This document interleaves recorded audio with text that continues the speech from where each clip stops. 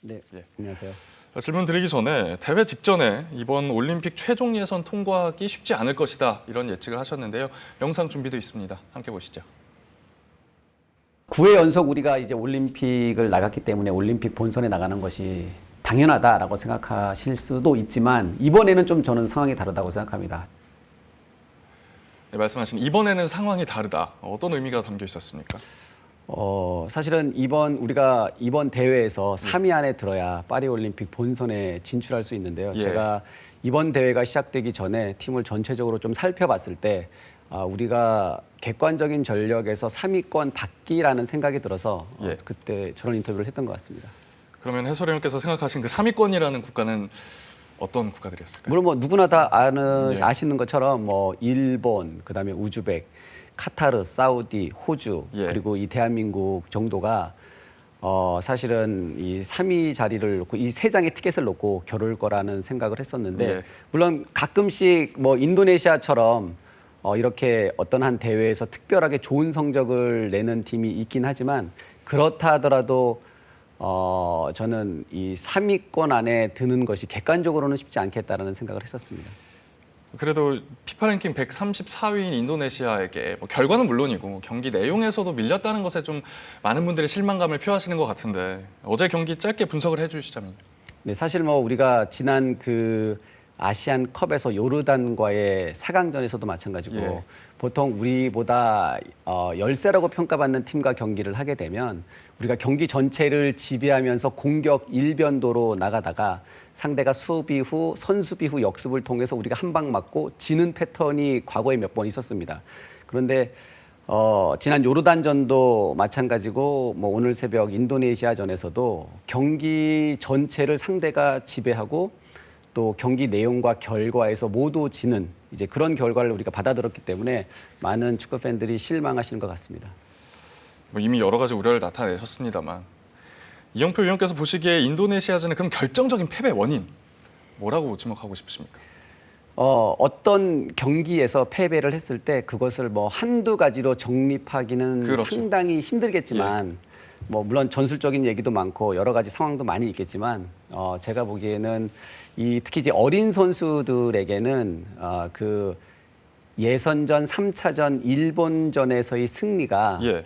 8강을 준비하는 선수들에게 긍정적으로 반응한 것이 아니라 좀 더 부정적으로 반응한 것이 아닐까라는 생각이 듭니다. 사실은 우리가 이 예선전을 통과해서 8강에서 만날 것이라고 예상했던 팀은 호주 아니면 카타르였거든요. 그런데 호주가 인도네시아에게 지면서 이제 인도네시아가 올라왔는데 상대적으로 우리가 당연히 이제 이겨야 되는 팀이라는 그런 어떤 상대 를 보고 심리적으로 선수들이 조금 더 강하게 준비하지 못했던 것 같고 제 경험에 의하면 상대를 조금 얕보고 들어갔을 때 경기장 안에서 상대가 강하게 나오는 것을 경기장 안에서 수정하려고 하면 이미 늦거든요. 예. 그러니까 그런 상태의 선수들이 빠진 것이 아닌가라는 생각이 듭니다. 어떻게 보면 지난 일본과의 그 조별리그 승리가 좀 부정적인 영향을 끼쳤을 수도 있겠다 이런 말씀을 하셨습니다. 계속 한 수 아래라고 여겼던 아시아 팀들에게 고전하는 모습을 보면서 이제 많은 분들이 충격을 받으신 것 같은데 실제로 이 아시아 축구의 격차가 많이 줄어들었다고 봐야 할까요? 네, 지난 1월에 있었던 카타르 아시안컵에서도 우리 모두가 다 목도했던 것처럼 이 아시아 축구 내에서 강팀과 약팀의 격차가 상당히 좁아지고 있다는 것이 정말 눈으로 보일 정도인데요. 몇 가지 이유를 좀 보자면 지금 동남아 축구라든가 중동의 약팀이라고 평가받던 팀들이 엄청난 투자를 지금 축구에 하고 있고요. 예. 그리고 예전에는 이 상위권 아주 높은 수준의 축구를 하는 팀의 정보가 이 밑에까지 흘러내려가지 않았는데 지금은 이 동남아에서 챔피언스 리그라든가 이 유럽의 프리미어 리그를 실시간으로 보면서 이 어린 선수들이 그 모습을 보고 바로 그 다음날 훈련에서 따라하면서 지금 연습이 진행되고 있거든요. 예. 그래서 정보의 격차가 줄어든 것이 실제로 실력의 격차가 줄어드는 것까지 연결이 됐고 그것이 경기장 안에서 나오고 있고 실제로 거기다가 동남아 축구나 중동 축구가 엄청나게 축구에 투자를 하면서 이제 우리가 가끔씩 월드컵에서 독일과 포르투갈을 잡기도 하지만 이제는 아주 종종 동남아 팀에게도 잡힐 수 있다라는 위기의식을 다 같이 가져야 될 거라고 생각합니다. 뭐 말씀하신 여러 가지 격차가 줄어드는 이 상황에서 그렇다면 우리 한국 축구가 앞으로 어떤 방향으로 나아가야 할지 좀 제시를 해주신다면요.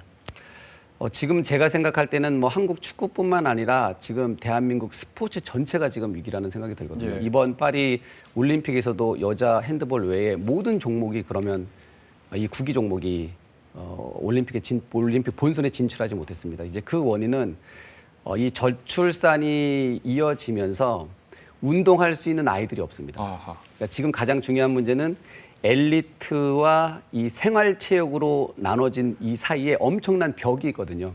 이 벽을 허물어서 엘리트와 생활체육을 혼합시켜주지 않으면 앞으로 10년, 20년 후에 정말 많은 스포츠가 이대로 사장될 수가 있습니다. 그래서 이 인프라를 확충하고 그리고 전혀 다른 이 새로운 교육의 패러다임을 우리가 변화를 지금 이때 주지 않는다면 이 대한민국의 스포츠는 축구뿐만 아니라 모든 스포츠가 다 엄청난 위기에 빠질 수 있다라는 이야기를 꼭 드리고 싶습니다. 예, 뭐 축구 팬들의 실망감이 비단 뭐 경기 결과만을 놓고 나오는 건 아닌 것 같습니다. 말씀하신 뭐 인프라라든지 장기적인 개선을 요구하는 목소리에 귀 기울여야 하지 않나 싶습니다.